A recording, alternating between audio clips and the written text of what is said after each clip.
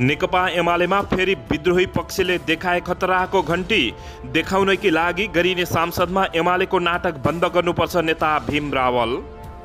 केपी शर्मा ओलीलाई नेता भीम रावलको कडा जवाब, संसद अवरुद्ध गर्नु भन्नुको औचित्य छैन। भीम रावलले केपी शर्मा ओलीलाई भने, म कुटे जस्तो गर्छु त रोए जस्तो गर्झै नगर्नुहोस्। नेकपा एमालेमा अझै बाँकी छ नेता छान्ने काम। पराजित र असन्तुष्ट केपी शर्मा ओलीको रोजाइमा पर्ने सम्भावना कति?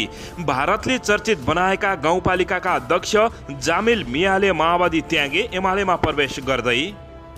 एमालेमा काउन्टर महाभियोगबारे छलफलमा प्रधान चोलेन्द्र शमशेर जबरालाई निकै गाह्रो। एमसीसीको नाममा दौडाहा, हिजो दिनभर दरबार मार्गमा धडेपी। राष्ट्रिय सभाको निर्वाचनबाट केपी शर्मा ओलीको पत्ता साफ हुन्छ नेता माधव कुमार नेपाल। प्रतिनिधि चयन गर्न पुष्पकमल दाहाल प्रचण्डको सर्कुलर, सरकार र पार्टीका कामलाई व्यवस्थित गराउन माओवादी केन्द्रले बनायो आन्तरिक समिति। परमादेश दिने 5 जना न्यायाधीशमाथि महाभियोग लगाउने चर्चा। सर्वोच्च अदालतमा पूर्ववत अवस्थामा मुद्दाहरूको सुनवाई सुरु। र एकाएक अध्यक्षीय पदमा पूर्व प्रधानमन्त्री केपी शर्मा ओलीसँग हारेका नेता भीम रावलले बजाए विद्रोहको घण्टी देखाउनकै लागि गरिने संसदमा एमालेको नाटक बन्द हुनुपर्छ भन्दै दिए खतरनाक चेतावनी। अब हेर्नुहोस् पुरा समाचार।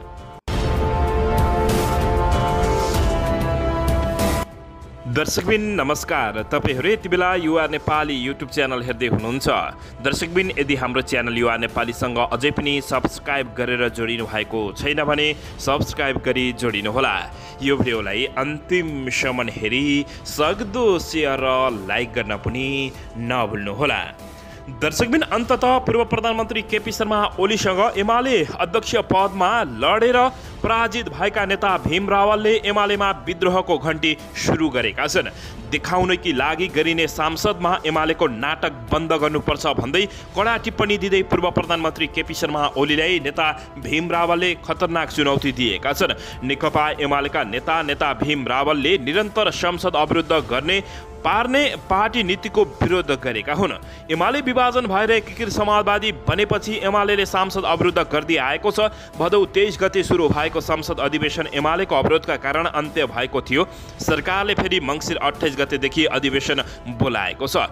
दर्शकबिन, अन्ततः अध्यक्ष केपी शर्मा ओलीले त्यो अधिवेशनमा पनि सदन अवरुद्ध पार्ने चेतावनी दिएका छन् भने तर नेता भीम रावलले भने संसदमा अवरोध गरिरहँदा जनताका आवाज अवरुद्ध हुने जिकिर गरेका छन्। संसद देश र जनताको पक्षमा बहस गर्ने र आवाज उठाउने थलो हो। सरकारका सबै काम कारबाही हुन दिई संसद अवरुद्ध गरेको भन्नुको औचित्य छैन। भीम रावलले ट्विटरमा लेख्दै विभिन्न मिडियामा समेत अन्तर्वार्ता दिएका छन् कि सरकारले ल्याउने विधेयक र प्रस्ताव रोक्न सक्नु पर्यो, नभए त्यसबारे जनताको आवाज उठाउनु पाउनु पर्यो। अन्यथामा म कुटे जस्तो गर्छु त रोए जस्तो गर भनेर ठहर हुने नेता भीम रावलले भन्दै केपी शर्मा ओलीलाई काउन्टर जवाब दिएका हुन्।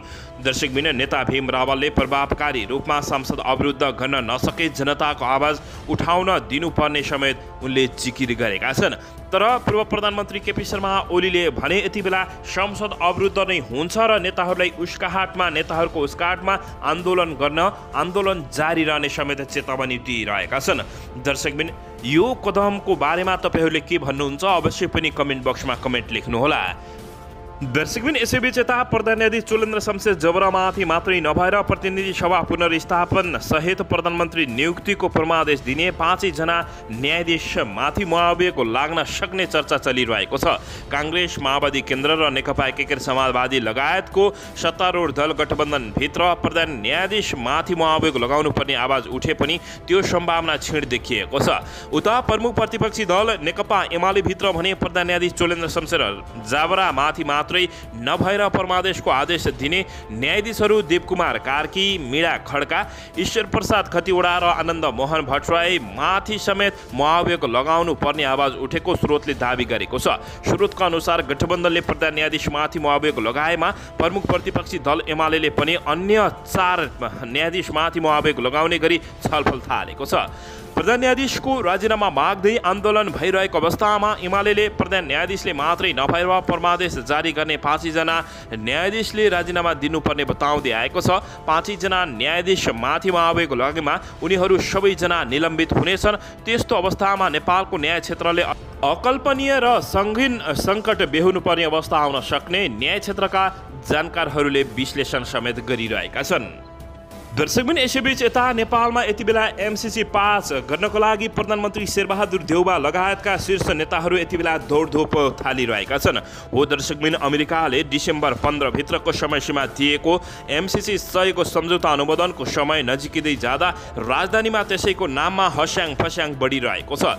एमसीसी सम्झौताको सांसदीय अनुमोदन बारे कौतूहलता बढ्दै जाँदा त्यसैको नाममा हिजो बेलुकासम्म दरबार मार्ग काठमाडौँ क्षेत्रमा अमेरिकीहरूको चलपल बढेको छ।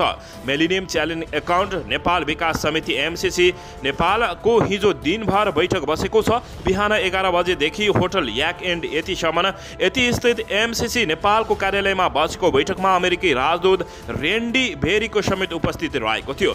राजदूत भेरी अपराह्न 4 बजे मात्र त्यहाँबाट फर्केको स्रोतले बताएको छ भने हिजोको बैठकमा अमेरिकी सहयोग नियोग युएसएडका नेपाल प्रमुख सेपी देह किभान्सको समेत पुरै समय उपस्थिति रहेको पाइएको छ। यता सरकारले सांसदको हिउँदे अधिवेशन अप्रत्याशित रूपमा बोलाएको छ। मङ्सिर 28 गते बोलाइएको संसदीय अधिवेशनसँगै उता अमेरिकाले एमसीसी बारे निर्णय गर्न मङ्सिर 29 गतेको समयसीमा समेत दिएको छ।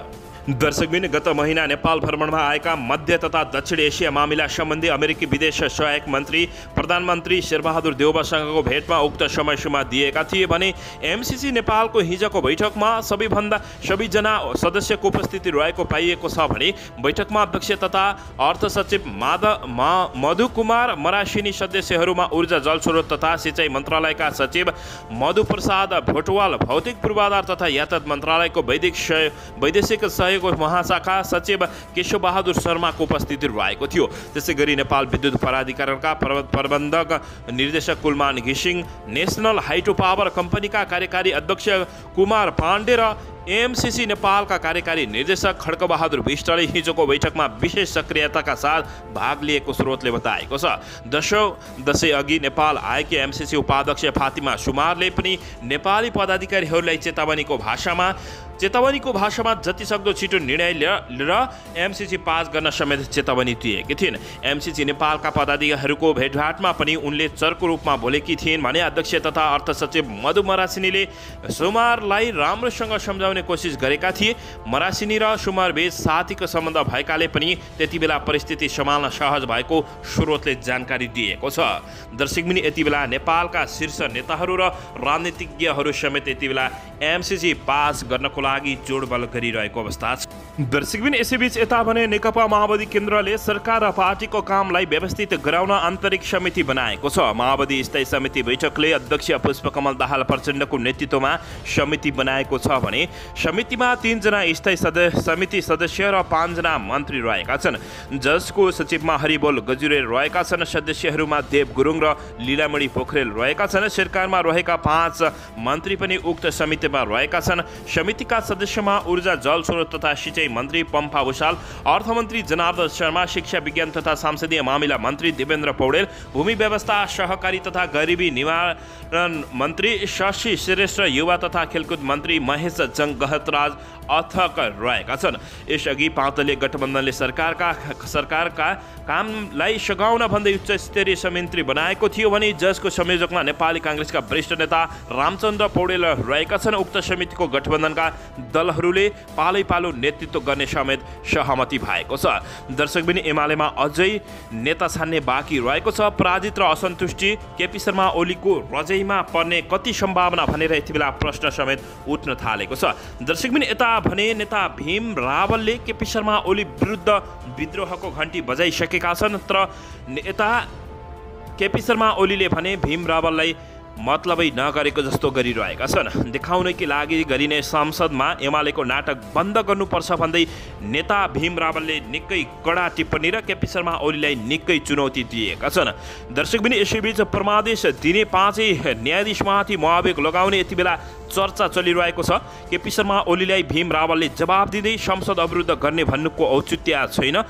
भीम रावलले भने म कुटे जस्तो गर्छु त रोय जस्तो नगर भनेर यसो नगर्नुहोस् भन्दै पूर्व प्रधानमन्त्री केपी शर्मा ओलीले खतरनाक चेतावनी दिएका हुन्। दर्शकबिन यसैबीच यता भारतले चर्चित बनाएका गाउँपालिकाका अध्यक्ष जालिम मियाले माओवादी त्यागेका छन् भने एमाले प्रवेश गर्ने कोसिस गरिरहेका छन्। दर्शकबिन यसैबीच एमालेमा अझै बाँकी छ नेता छान्ने काम, के होला त पुरा जानकारी।